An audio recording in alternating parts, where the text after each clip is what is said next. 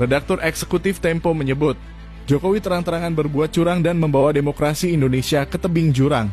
Segala cara dilakukan untuk terus berkuasa.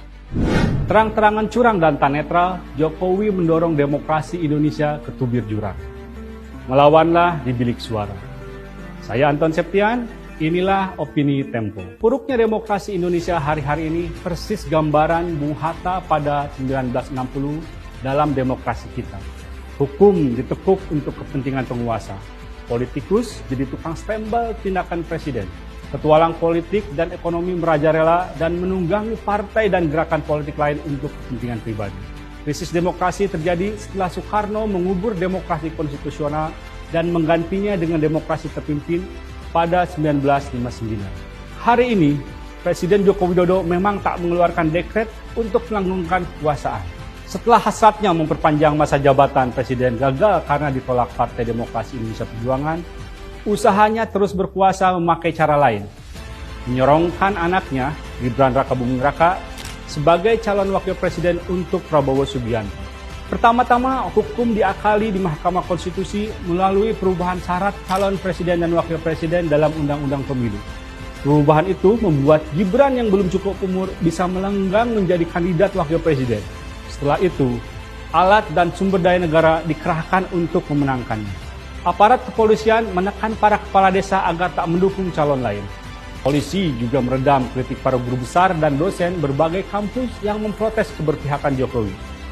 Perwira menengah setingkat kepala kepolisian sektor mendekati petinggi kampus agar membuat testimoni yang memuji pemerintahan Jokowi.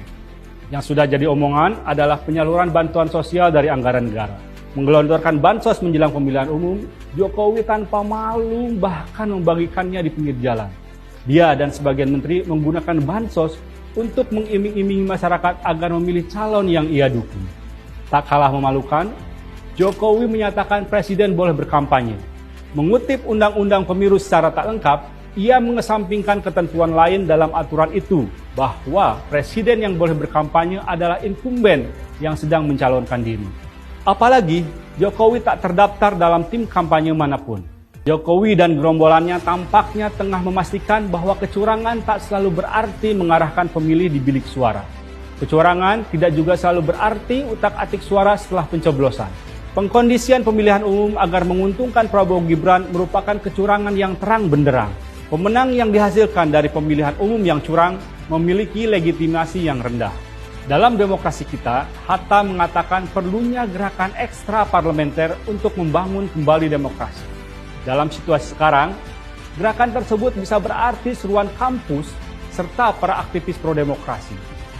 Saat ini, sudah puluhan kampus meminta Jokowi menghentikan laju mundur demokrasi dan penyalahgunaan sumber daya negara untuk melanggengkan kekuasaan.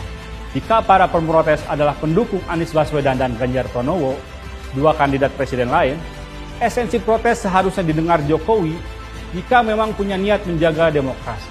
Tak menggubris kritik serta menyebut protes merupakan bagian dari demokrasi, merupakan hipokrisi Jokowi yang nyata.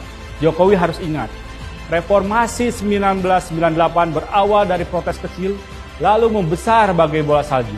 Kampus terbukti menjadi mercusuar yang menuntun kita keluar dari krisis demokrasi.